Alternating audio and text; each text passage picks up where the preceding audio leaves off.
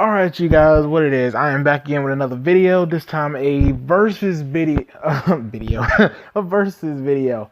To be honest with you, I don't think anyone actually asked for the video, but what came down to it was, I was scrolling through Facebook, and I'm in this anime Facebook group, and I saw a video, or someone post, okay, who would win in a fight, Natsu versus Mereleona, and I've seen a lot of people say that Mereleona would just absolutely body Natsu no difficulty, and I just thought I'd make a video on it. So that's pretty much all it was to it. That's really, I just didn't really understand it, and a lot of the reasoning that people use for why she would win didn't make any sense. It was just, oh well, she's awesome, so she wins.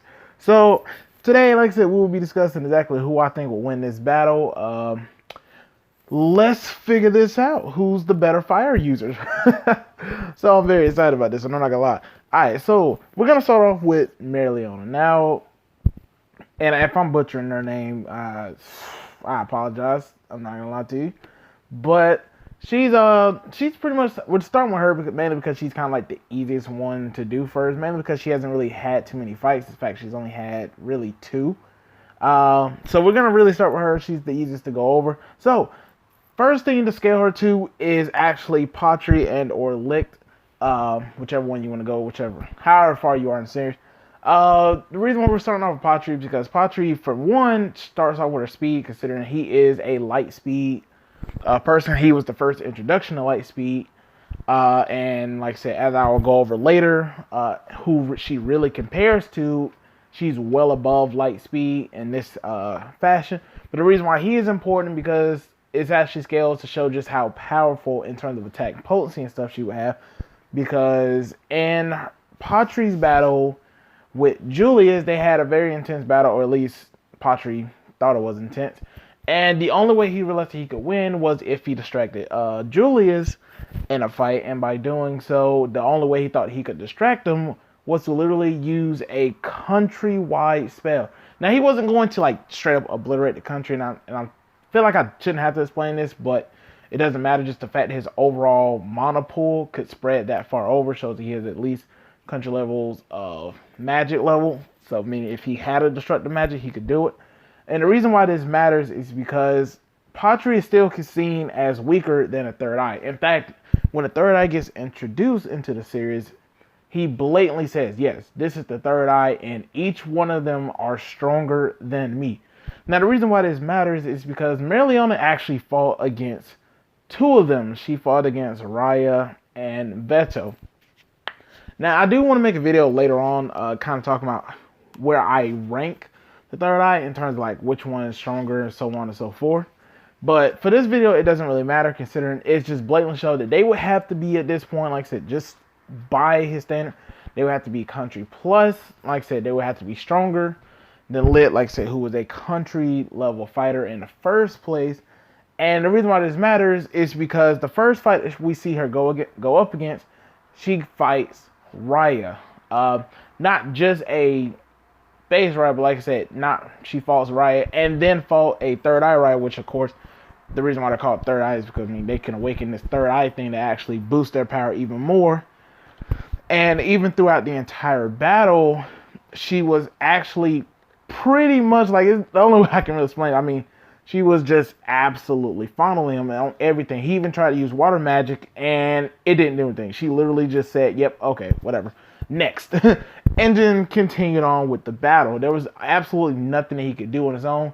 Third eye, and he actually pretty much got beat with Mereleona not even appearing to be tired. So she definitely is a lot stronger than Raya is. And then he even goes into an elven form. Now, we don't really know what the boost is, but we do know it is a pretty good amount. It's a pretty significant boost, considering once he enters into this form, he's more of a challenge to her. And not only that, she actually fights against 5 elven person, one of them being Captain Real, who got turned into an elf as well. She fights against all 5 of them, and though she didn't really stand a chance, she actually was losing.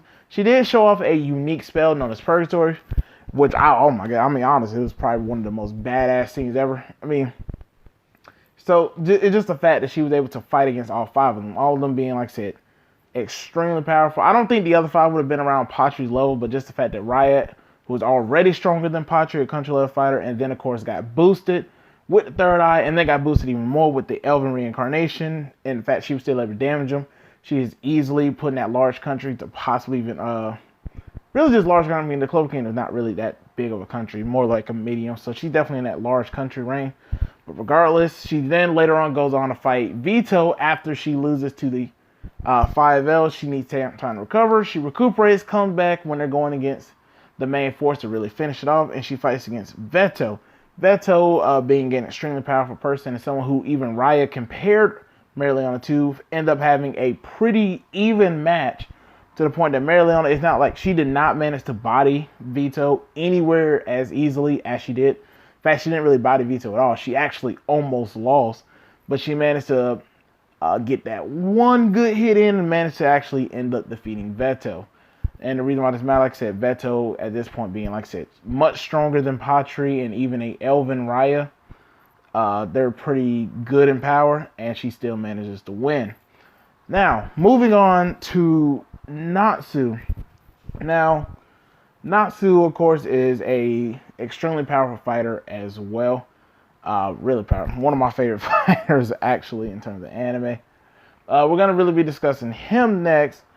And, like I said, it's a pretty, like, it's a good amount of Natsu fights. It's pretty much the main reason why I chose to do him second, just to get Mereleona kind of out of the way first.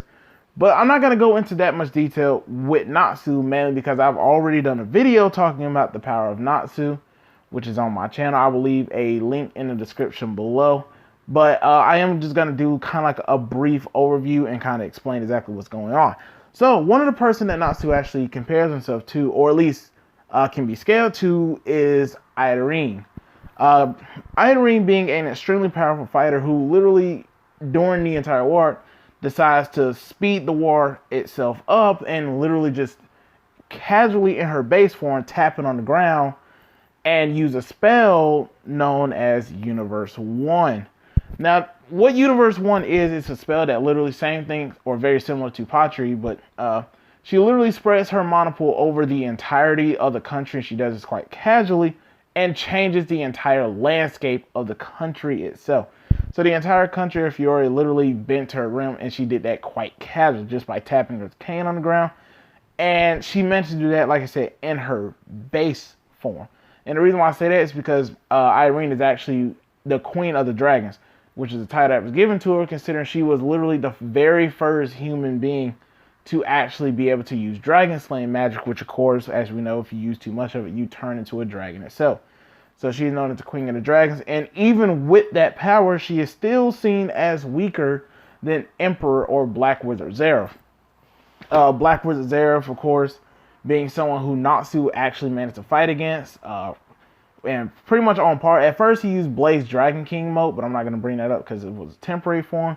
But he first fights against Black Wizard Zeref, and it seems like he's going to kill him, and then later on, in his base form, he's actually managing to more or less rival a Black Wizard Zeref, who, like I said, at this point is stronger than Irene, who is easily country level, if not really far above that more large country, let alone the Natsu who managed to fight against a White Wizard Zeref, who this is a Zeref that basically is the master of time and space and has a practically limitless pool of mana, and on top of which has gained the Fairy Heart, like I said, giving his power a significant boost, so powerful enough to the point that he's surpassed Agnologia. And even with all that power, Natsu was still able to deal with Zeref going toe-to-toe. They actually still managed to fight pretty evenly, or not even just evenly, actually far beyond that, because Natsu actually managed to win. At this point, like I said, Irene, who is a casual country buster, like I said, I mean casual, she herself is already country plus,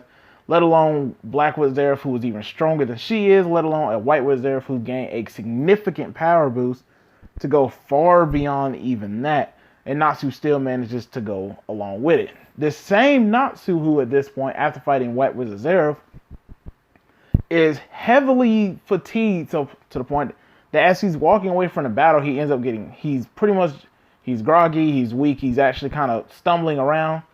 And he ends up getting teleported and has to fight off against Agnologia. Now, I'll say this now. I mean, he was not able to actually defeat Agnologia, but just the fact that he was still able to rival him, at least a little bit, while being heavily fatigued, matters. Now, like I said, the other Dragon Slayers did, of course, help out, but they actually got finessed pretty early, while Natsu actually had to battle him alone. Really why this? So just keep that in mind as well. This is also a much more powerful Agnologia. The reason why this feat really matters is because you also got to keep in mind that this is a Agnologia who at this point is already, who was weaker than White Wizard, but now has gained power far beyond it by eating all of the time magic that would have been stored up, that allowed him to literally overflow so much with power they had to literally split himself between his dragon body and his human body. His human body created a literal pocket dimension to just simply reside in, so that way because his power was simply too great to handle, and sent all of the Dragon Slayers into it. This same Natsu, like I said, he was not able to defeat Agnologia. In fact, the way they won was actually sharing their power and pouring it into Natsu, but just the fact that you got to keep this in mind, Natsu was extremely injured and heavily fatigued, and was still, out of all of these Dragon Slayers, the only one to really stand up to Agnologia solo, while the rest of them kind of got knocked down pretty quickly.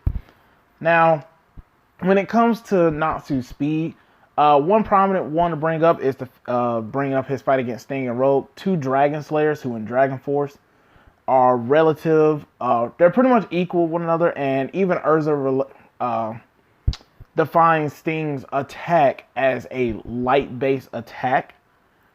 And even still, Natsu was holding back and still able to foderize both of them while in that form, putting him faster than light. Then he's also fought against a being amongst the Alvarez Empire known as Demaria. Now, the reason why she is prominent is because she is very similar to Mary Jane, in the sense she has a takeover soul magic, and she actually possesses one of the strongest ones we've seen in the series, which is Kronos, the literal god of time.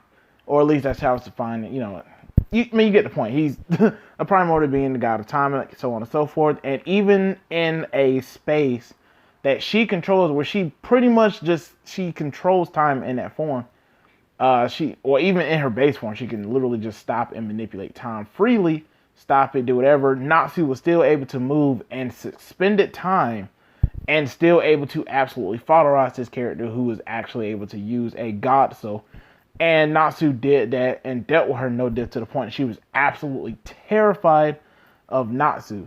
And I want this to be put in mind, like, this is a Natsu that did all of this in base form. Okay, despite what the anime wants to show you when it came to like the fight with White Wizard Zeref, he did not use Dragon Force or anything like that. He did all of these feats and fought against these people who at this point in the story, especially such as White Wizard Zeref and Agnologia, in that continental plus levels of power, really you could argue to be multi-continental, as I stated in like my Power of Natsu video. He did all this in base form, let alone the multiplier that would come with being a lightning dragon, the lightning flame dragon, or Dragon Force, that took both of them in those fights, took them from being a complete weakling to actually foderizing both of the opponents he faced off against, such as when he fought against Hades. He used lightning flame dragon mode and was literally able to start beating the ever-living crap out of him until, of course, he ran out of mana. Same thing with Dragon Force when it came to stuff like Jalal and Master Zero, and of course Mark Gear and all the rest of them. So yeah, he did all that in base. Now the next question, of course, is everyone probably be asking, of course, the simple question to this whole situation: who is stronger? Like, who actually wins this fight? Does Mereleona take the cake, or does Natsu take the cake? And I think the answer is pretty simple. Natsu easily takes the cake. Like I said, you're talking about someone that just in base form alone can already be in that continental plus levels of force and attack potency. Is easily faster than light, possibly really massively faster than light. Same thing with Mereleona. It's just simply, even if you want to argue that Mereleona is faster, it doesn't really matter. Natsu is clearly just far outside of her pay grade at this point in the story, and it's just easy to tell. Not to mention the nail in the coffin, she uses fire. Guess what Natsu has a actual resistance to? You know, he literally, like, I mean, granted, more fire can in fact hurt him and stuff, as we've seen with like Zonko and all, but he does have at least a resistance to fire, and of course, can actually eat and absorb the fire to either gain power or just simply fix himself and entirely, like regain his stamina. And even in some instances, it actually appears like he healed himself eating fire. So I just think that the answer to the situation is actually extremely clear. Alright, you guys, I'm going to end the video right here. Like, comment, subscribe if you really enjoyed it. Like I said, I don't think anyone was actually asking for this video. It's just I saw it on Facebook and didn't really understand where people really thought that Mereleona won. Especially, I mean, like, just a highballed Mereleona is more like continental level. And I mean highball. Like, you really got to wank her to be up that far. She's more like large country to, like, really, that's really about it. She's definitely much stronger than the rest of them, but it's more like really the characters like Black Asta against the Devil Fight and Licht and Lumiere are more in that continental plus levels and above. Mereleona's just clearly not at that level. She's powerful, but not that powerful. So highball continental, while Natsu is clearly more like continental with a highball to like multi and beyond. So I really hope you guys enjoyed it. I'll be posting more again next time, you guys. Until next time, peace.